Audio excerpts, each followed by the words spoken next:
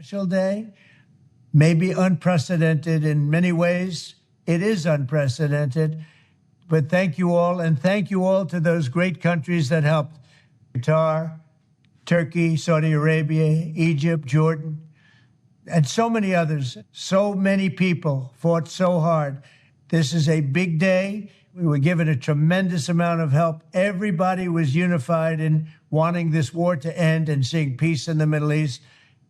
And we're very close to achieving it. We'll see how it all turns out. We have to get the final word down in concrete. Very importantly, I look forward to having the hostages come home to their parents.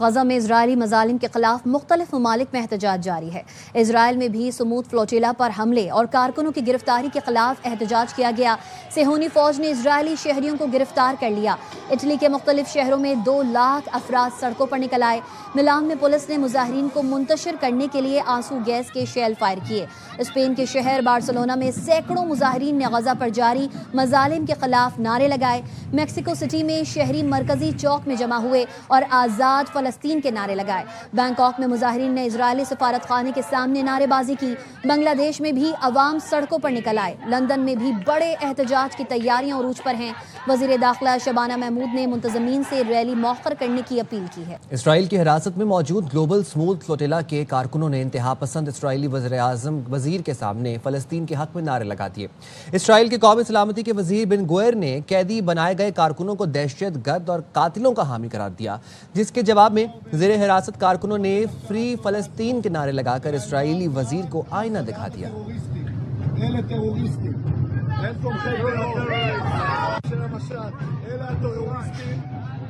اسرائیل نے global flotilla کے 4 اطالوی ارکان parliament کو deport کر دیا ہے۔ چاروں اطالوی پارلیمنٹیرینز اٹلی پہنچ گئے۔ فلوٹیلا انتظامیہ کا کہنا ہے رضاکاروں نے احتجاجاً بھوک ہڑتال شروع کر دی ہے۔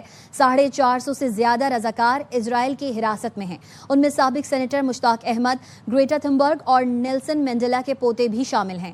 اسرائیلی فوج نے غزہ امداد لے جانے والے گلوبل سمود فلوٹیلا کی تمام کشتیوں کو قبضے میں لے لیا تھا۔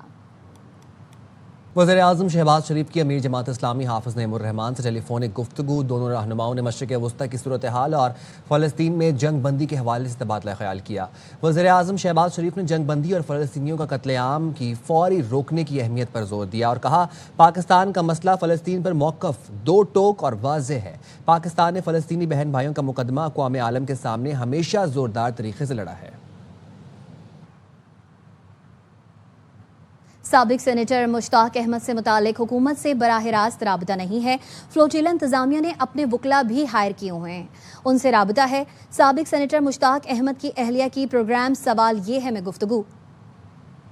سے ہمارا براہ راست کوئی رابطہ نہیں ہے۔ فلوٹیلا جب سے چلا تھا اس وقت سے ہم یہ ساری چیزیں ایکسپیکٹ کر رہے تھے اور ہم نے اپروچ کیا بوفا کو بھی، اسحاق ڈار صاحب کو، خود ہم نے ان کے آفس میں لیٹر سبمٹ کرایا۔ جب ہمیں جواب نہیں ملا ہم نے اسلام آباد ہائی کورٹ میں پٹیشن بھی کی ہے اور جب پہلی ہماری ہیئرنگ ہوئی ہے ابھی 2 دن گزرنے کے بعد بھی کورٹ کی طرف سے بھی کوئی ڈائریکشنز گورنمنٹ کو نہیں دی گئی۔ کل تو ہم پرامن پروٹیسٹ لے کے ہم پریس کلب سے ہم نے ڈی چوک تک ریلی کی، رات 12 بجے تک ہم ڈی چوک پر موجود تھے۔ فلوٹیلا کے اوپر اس وقت پاکستان کی طرف سے صرف مشتاق صاحب ہی موجود ہیں۔ 2 دن پہلے ہی مشتاق صاحب کا جو پرسنل فون تھا وہ جیم کر دیا گیا اور اس کے بعد سے وہ اپنی شپ پر موجود ایک اور صاحب کے فون سے رابطہ کر رہے تھے اور انہوں نے بتایا کہ ہماری شپ بھی اس کا گھیراؤ ہو چکا ہے اور اب ہماری ہی باری ہے، کچھ دیر میں ہمیں اریسٹ کر لیا جائے گا۔ آزاد کشمیر میں پرتشدد مظاہرے ختم ہو گئے۔ حکومت اور عوامی ایکشن کمیٹی کے مذاکرات کامیاب ہو گئے۔ مہاجرین کی نشستوں پر منتخب ارکان وزارتوں سے فارغ کر کے فنڈ روک دیے گئے۔ عوامی ایکشن کمیٹی نے وزیر اعظم شہباز شریف اور حکومتی مذاکراتی ٹیم سے اظہار تشکر کیا۔ کہا ہمارے معاملات خوش اسلوبی سے طے پا گئے، یہ ہمارا اندرونی معاملہ تھا، کسی دوسرے ملک کو مداخلت کی اجازت نہیں دے سکتے۔ رانا ثناء اللہ کہتے ہیں وزیر اعظم نے مسئلے کے حل میں خصوصی دلچسپی لی، عوامی ایکشن کمیٹی کے تمام جائز مطالبات منظور کر لیے۔ راجہ پرویز اشرف نے کہا کچھ لوگ امید لگائے بیٹھے تھے کہ معاملے کو بگاڑا جائے، ان کے تمام منصوبے ناکام ہو گئے۔ وفاقی وزیر امور کشمیر امیر مقام نے کہا کشمیری عوام کی فلاح و بہبود ہماری اولین ترجیح ہے۔ وزیر اعظم شہباز شریف نے حکومتی مذاکراتی کمیٹی اور جوائنٹ ایکشن کمیٹی میں معاہدے کا خیر مقدم کرتے ہوئے مذاکراتی کمیٹی کے اراکین کو خراج تحسین پیش کیا۔ وزیر اعظم نے کمیٹی اراکین کی انفرادی اور اجتماعی کاوشوں کو سراہا اور شاباش دی۔ انہوں نے اسے پاکستان اور آزاد جموں و کشمیر کی بڑی کامیابی قرار دیا۔ وزیر اعظم نے کہا امن کا قیام اور حالات کا معمول پر آنا خوش آئند ہے۔ الحمدللہ سازشیں اور افواہیں دم توڑ گئیں اور تمام تر معاملات خوش اسلوبی سے حل ہوئے۔ آزاد کشمیر کے مسائل پر ہمیشہ توجہ رہی ہے۔ حکومت اپنے کشمیری بھائیوں کے مسائل کو حل کرنے کے لیے ہر وقت تیار ہے۔ عوامی مفاد اور امن ہماری ترجیح ہے، آزاد کشمیر کی خدمت کرتے رہیں گے۔ وزیر اعظم نے کہا کشمیری بھائیوں سے گزارش ہے کہ وہ افواہوں پر کان دھرنے سے گریز کریں۔ ہم پہلے بھی کشمیری بہن بھائیوں کے حقوق کے محافظ تھے، آئندہ بھی تحفظ کرتے رہیں گے۔ عمر ایوب اور شبلی فراز کے ڈی سیٹ کرنے کا فیصلہ سپریم کورٹ میں چیلنج کر دیا گیا۔ پشاور ہائی کورٹ نے دونوں رہنماؤں کو ڈی سیٹ کرنے کے فیصلے پر حکم امتناعی جاری کیا تھا۔ 1 اکتوبر کو پشاور ہائی کورٹ نے حکم امتناعی ختم کرتے ہوئے سماعت ملتوی کی اور دونوں کو مجاز فورم کے سامنے سرنڈر کرنے کی ہدایت بھی کی۔ شبلی فراز اور عمر ایوب اپنی سزاؤں کے خلاف اپیلیں مختلف فورمز پر دائر کر چکے ہیں۔ الیکشن کمیشن نے سزائیں ملنے کے بعد دونوں رہنماؤں کو ڈی سیٹ کرنے کا نوٹیفیکیشن جاری کیا تھا۔ پاکستان اور آئی ایم ایف کے درمیان قرض کی تیسری قسط کے لیے مذاکرات ہوئے، جس میں پاکستانی حکام نے سیلاب نقصانات کے سبب معاشی اہداف میں نظر ثانی کے لیے آئی ایم ایف کو بریفنگ دے دی ہے۔ سیلاب متاثرہ صوبوں نے معاشی اہداف پر نظر ثانی کے لیے درخواست بھی دی ہے۔ ذرائع کا بتانا ہے بریفنگ میں بتایا گیا خیبر پختونخوا، پنجاب، سندھ میں سیلاب کے باعث پرائمری بجٹ سرپلس حاصل نہیں ہو سکے گا۔ رواں مالی سال صوبوں کو 1464 ارب روپے کا بجٹ سرپلس دینے کا ہدف ہے۔ پنجاب نے 740 ارب، سندھ نے 370، کے پی نے 220 اور بلوچستان نے 150 ارب سے زائد بجٹ سرپلس دینا ہے۔ آئی ایم ایف مشن سے صوبوں کے بجٹ سرپلس پر پالیسی سطح کے مذاکرات میں دوبارہ بات ہوگی۔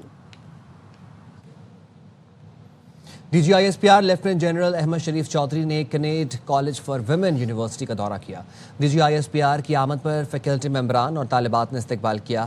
D G I S P R نے انٹریکٹیو سیشن میں پاک فوج کے پیشہ ورانہ امور پر طالبات سے تفصیلی گفتگو کی۔ D G I S P R نے پاک فوج، تعلقات عامہ، سیکیورٹی مسائل اور سوشل میڈیا کے کردار پر روشنی ڈالی۔ فیکلٹی اور طالبات کی جانب سے D G I S P R کی آمد کو خوش آئند قرار دیا گیا۔ سیشن میں کنیڈ کالج کی بصارت سے محروم ہونے ہار طالبہ نے شاندار نغمہ بھی پیش کیا۔ خالق کی رضا سے یہ دھرتی ہر دم یوں ہی آزاد رہے،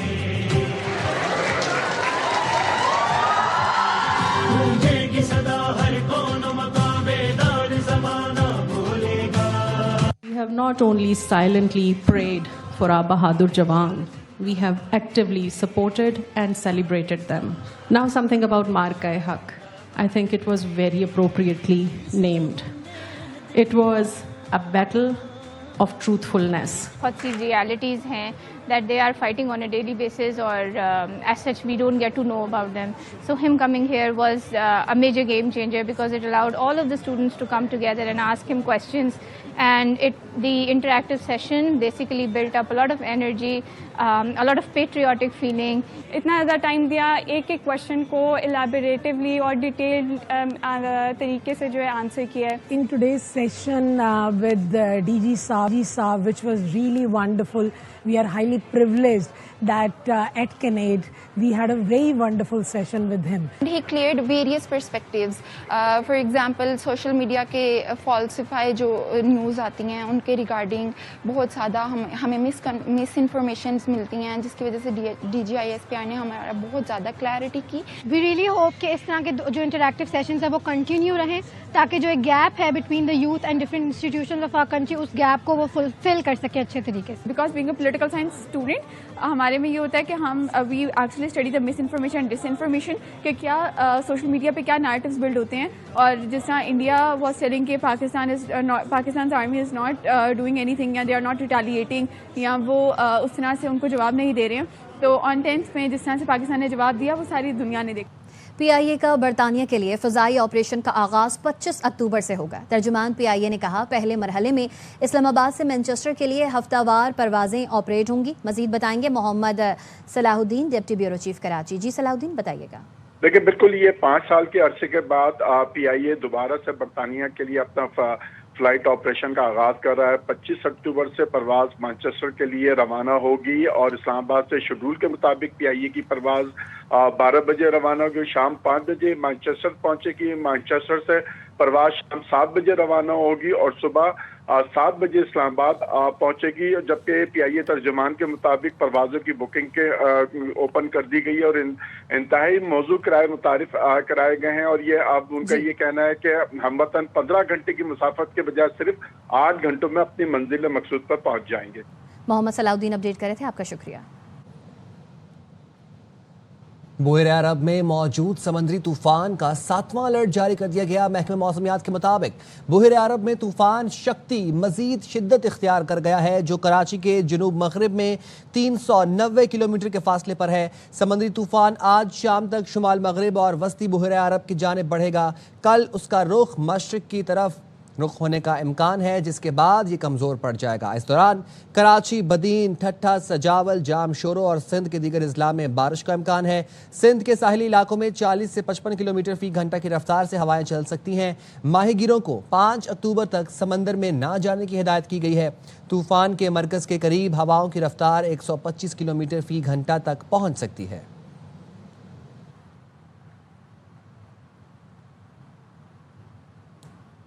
بالائی علاقوں میں موسم سرما نے دستک دے دی ہے۔ مانسیرا کے سیاحتی مقام بیسر اور نوری ٹاپ کے پہاڑوں پر برف باری ہونے لگی۔ بابو سر ٹاپ اور اطراف میں بھی برف پڑی۔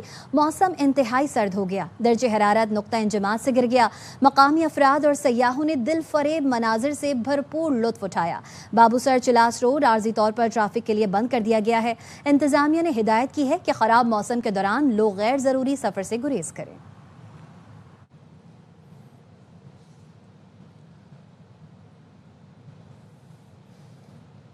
بھارت میں ورلڈ پیرا ایتھلیٹکس چیمپئن شپ میں انتہائی ناقص انتظامات کیے گئے ہیں۔ چیمپئن شپ کے دوران پول کھل گیا۔ دلی میں انٹرنیشنل کوچ بھی آوارہ کتوں سے محفوظ نہ رہ سکے۔ ایونٹ کے دوران کوچز کو کتوں نے کاٹ لیا۔ کینیا کے کوچ کوارم اپ کے دوران جوہر لال نہرو اسٹیڈیم میں کتے نے کاٹا۔ جاپانی اسسٹنٹ کوچ کو بھی گزشتہ روز کتے کے کاٹنے کے باعث اسپتال لے جانا پڑا تھا۔